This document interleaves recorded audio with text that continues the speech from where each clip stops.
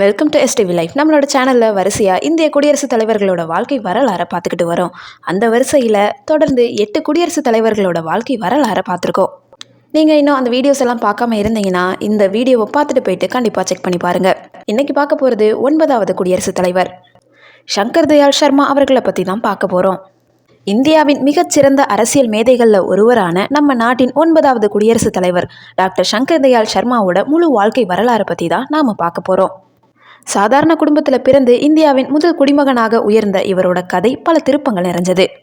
இந்த வீடியோவை முழுசாக பார்க்குறதுக்கு முன்னாடி நம்மளோட சேனலை ஃபர்ஸ்ட் டைம் விசிட் பண்ணுறீங்கன்னா இந்த வீடியோக்கு ஒரு லைக் போட்டு மறக்காமல் சப்ஸ்கிரைப் பண்ணிக்கோங்க. வாங்க வீடியோக்குள்ளே போகலாம். சங்கர் தயாள் சர்மா 1918 வருஷம் ஆகஸ்ட் மாதம் 19ஆம் தேதி பிறந்தார். அப்போதைய போபால் சமஸ்தானத்தின் தலைநகராக இருந்த போபாலில் ஒரு பாரம்பரியமிக்க இந்து கவுர் பிராமண குடும்பத்தில் அவர் மகனாக பிறந்தார். இவருடைய ஆரம்பகால வாழ்க்கை மிகவும் எளிமையானதாகவே இருந்துச்சு.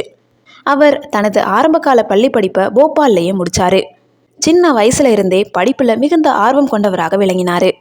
சுற்றி இருந்த அரசியல் மாற்றங்களையும் நாட்டின் சுதந்திர போராட்ட சூழலையுமே உற்று கவனித்து வளர்ந்தார்.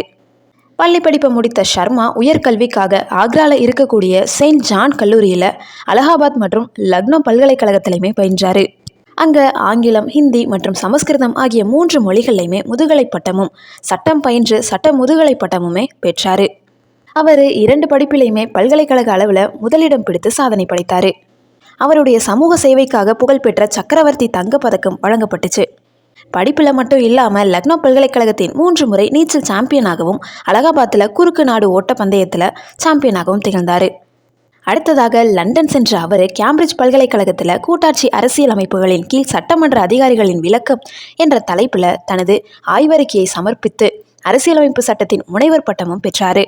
லண்டன் பல்கலைக்கழகத்தில் பொது நிர்வாகத்தில் பட்டயமும் பெற்றார். உலக புகழ்பெற்ற ஹார்வர்ட் பல்கலைக்கழகத்தில் பிராண்டிஸ் ஃபெலோவாக நியமிக்கப்பட்டார். 1940 வருஷத்திலிருந்து லக்னோவில் வழக்கறிஞராக பணியாற்ற தொடங்கிய சர்மா அங்கேயே பல்கலைக்கழகத்தின் சட்டம் கற்பிக்கும் பேராசிரியராகவும் இருந்தார். 1946 வருஷத்தில் லண்டனில் புகழ்பெற்ற லிங்கன்ஸ் இன் அமைப்பில் சேர்க்கப்பட்டார்.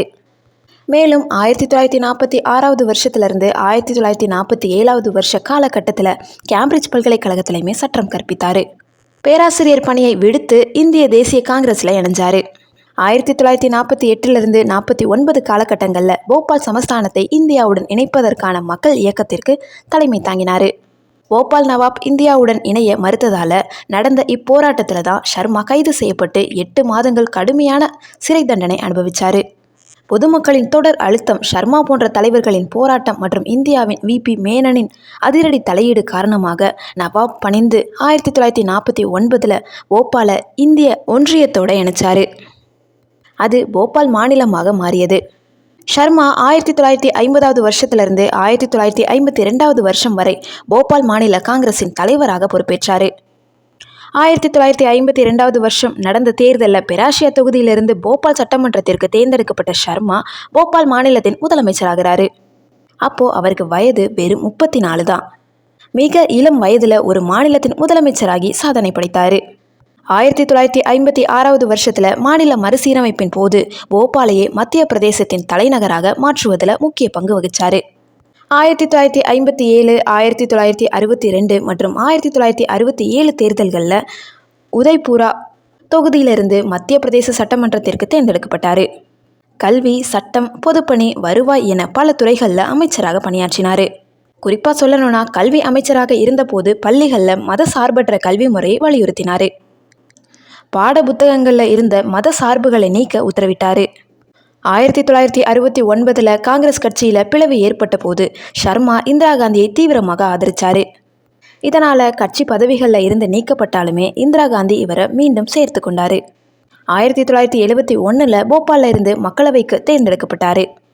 1972 வருஷத்திலிருந்து 1974 வருஷம் வரைக்கும் அகில இந்திய காங்கிரஸ் கமிட்டியின் தலைவராகவும் உயர்ந்தார். அக்டோபர் மாதம் 1974 வருஷத்தில் இந்திரா காந்தியின் அமைச்சரவையில் மத்திய தகவல் தொடர்பு அமைச்சராக நியமிக்கப்பட்டார். 1977 வருஷம் அவசர நிலைக்கு பிறகு நடந்த பொது தேர்தலில் நாடு முழுவதும் காங்கிரஸ் எதிர்ப்பு அலை வீசிய போது ஆரிக் பேக்கிடம் தோற்று போனார். ஆனால் மீண்டும் 1980 வருஷம் பொது தேர்தலில் போபாலில் இருந்து எம்பியாக தேர்ந்தெடுக்கப்பட்டார். 1984வது வருஷத்திலிருந்து 1987வது வருஷம் வரைக்கும் ஆந்திர பிரதேசம், பஞ்சாப் மற்றும் மகாராஷ்டிரா மாநிலங்களில் ஆளுநராக பணியாற்றினார். ஆந்திராவில் முதலமைச்சர் NT ராமாராவ் அநியாயமாக பதவி நீக்கம் செய்யப்பட்ட போது புதிய ஆளுநராக வந்த சர்மா சட்டப்படி NTRஐ மீண்டும் முதலமைச்சராக்கினார். ஆந்திர அரசு கொண்டு வந்த அவசர சட்டங்கள் அரசியலமைப்புக்கு முரணானது என்று கூறி கையெழுத்திட மறுத்து நேர்மையை காட்டினார். 1985வது வருஷம் ஜூலை மாதம் 31ஆம் தேதி சீக்கிய எதிர்ப்பு கலவர பழிவாங்கல் காரணமாக சர்மாவின் மகள் கீதாஞ்சலியும் அவரது மருமகன் லலித் மேக்கனும் சீக்கிய தீவிரவாதிகளால் கொடூரமாக கொல்லப்பட்டாங்க. இந்த தனிப்பட்ட மாபெரும் சோக காலத்திலையுமே கலவர பூமியாக இருந்த பஞ்சாப் மாநிலத்திற்கு ஆளுநராக சென்று அங்கு இருந்த கிளர்ச்சிகளை ஒடுக்கவும் அமைதியை கொண்டு வரவும் துணிச்சலாக பணியாற்றினார்.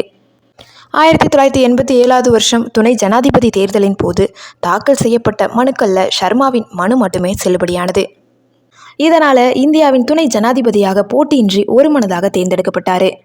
துணை ஜனாதிபதி பதவிக்கு போட்டியின்றி தேர்ந்தெடுக்கப்பட்ட 3வது நபர் இவரே ஆவார். மாநிலங்களவை தலைவராகவும் அவையை சிறப்பாக நடத்தினார். 1991வது வருஷம் ராஜீவ்காந்தி படுகொலை செய்யப்பட்ட போது சோனியா காந்தி இவருக்கு காங்கிரஸ் தலைவர் மற்றும் பிரதமர் பதவிகளை வழங்க முன்வந்தார். ஆனால் தனது முதுமை மற்றும் உடல்நிலையை காரணம் காட்டி அதை மறுத்துவிட்டார். அதுக்கப்புறமா 1992வது வருஷம் ஜனாதிபதி தேர்தலில் பிஜேபியின் ஜார்ஜ் கில்ஃபோர்ட் தோற்கடித்து இந்தியாவின் 9வது குடியரசுத் தலைவராக பதவியேற்றார். டிசம்பர் மாதம் 1992வது வருஷத்தில் பாபர் மசூதி இடிக்கப்பட்ட போது சர்மா தனது ஆழ்ந்த வேதனையை வெளிப்படுத்தியதோடு இது இந்து மத கோட்பாடுகளுக்கு எதிரானது என கண்டித்தார். ராவ் அரசாங்கத்தை உத்தரப்பிரதேசத்தில் குடியரசுத் தலைவர் ஆட்சியை அமல்படுத்த நிர்பந்தித்தார். 1995வது வருஷத்தில் குஜராத் சோமநாதர் கோவிலை நாட்டிற்கு அர்ப்பணித்த அவர் அனைத்து மதங்களும் மனித நேயத்தையே போதிக்கின்றன என்றார். மேலும் 2 அவசர சட்டங்களை தேர்தல் நேரத்தில் ஏற்க மறுத்து திருப்பி அனுப்பினார். தனது பதவிக்காலத்தில் நரசிம்மராவ், வாஜ்பாய், தேவே கவுடா, IK குஜ்ரால் என 4 பிரதமர்களை கையாண்டவர். 1996ல் தனிப்பெரும் கட்சியின் தலைவர் என்ற அடிப்படையில் அடல் பிஹாரி வாஜ்பாயை பிரதமராக அழைத்தார். ஆனால் பெரும்பான்மை நிரூபிக்க முடியாமல் 13 நாட்களில் வாஜ்பாய் விலகினார். இதற்காக சர்மா விமர்சிக்கப்பட்டாலுமே குதிரை பேரத்தை தடுக்க அவர் எடுத்த முடிவு அது என பின்னாளில் போற்றப்பட்டுச்சு. 2வது முறை ஜனாதிபதி பதவிக்கு போட்டியிடாமல் ஒதுங்கிய சர்மா 1999வது வருஷம் டிசம்பர் மாதம் 26ஆம் தேதி டெல்லியில் மாரடைப்பால் காலமானார். அவருக்கு 7 நாட்கள் தேசிய துக்கம் அனுசரிக்கப்பட்டு டெல்லியில் உள்ள கர்ம பூமியில் அரசு மரியாதையோட உடல் தகனம் செய்யப்பட்டுச்சு. இன்றைக்குமே பல பல்கலைக்கழகங்களில் சிறந்த மாணவர்களுக்கு சங்கர் தயாள் சர்மா தங்கப்பதக்கம் வழங்கப்பட்டு வருகிறது. அதிகாரத்துக்கு ஆசைப்படாமல் நேர்மையாக வாழ்ந்த இவரை பற்றிய உங்களுடைய கருத்துக்களை கமெண்ட்டில் சொல்லுங்கள். 9வது குடியரசுத் தலைவரான சங்கர் தயாள் சர்மா அவர்களை பற்றி நீங்கள் என்ன நினைக்கிறீங்க? இந்த வீடியோ உங்களுக்கு யூஸ்ஃபுல்லாக இருந்திருக்கும்னு நினைக்கிறேன். இந்த வீடியோ பிடிச்சிருந்துச்சுன்னா லைக் பண்ணுங்கள், கமெண்ட் பண்ணுங்கள், ஷேர் பண்ணுங்கள். சப்ஸ்கிரைப் பண்ணாமல் பார்த்துக்கிட்டு இருந்தீங்கன்னா ப்ளீஸ் சப்ஸ்கிரைப் பண்ணிக்கோங்க. தேங்க்யூ ஸோ மச் ஃபார் வாட்சிங்.